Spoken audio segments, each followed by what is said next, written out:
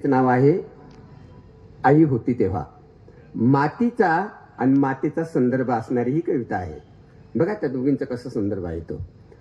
आई होती तेव्हा. आई होती तेव्हा जातं गाणं गायचं. आई होती तेव्हा जातं गाणं गायचं. उखळामध्ये नाचताना मुसळ छतापर्यंत उड्या मारायचं. अंगणात तुळस छान डुलायची.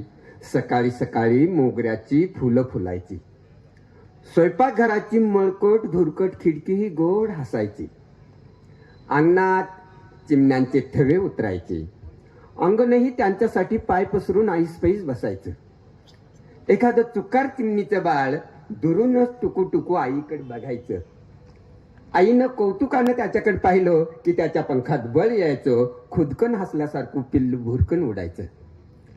आई पोटावरची झोळी पाठीवर घट्ट बांधायची. तरीही झोळीतल्या मला ती दोन्ही हातांनी सावरून धरायची. अशा वेळेस वाटेतला काठाही ती हळुवारपणे बाजूला सारायची. मला कडेवर घेऊन पाण्याला जायची. पाठीवर बांधून शेतात काम करायची. मातीचं आणि मातेचं छान जमायचं. दिवसभर त्या एकमेकीशी हितगुज करायच्या.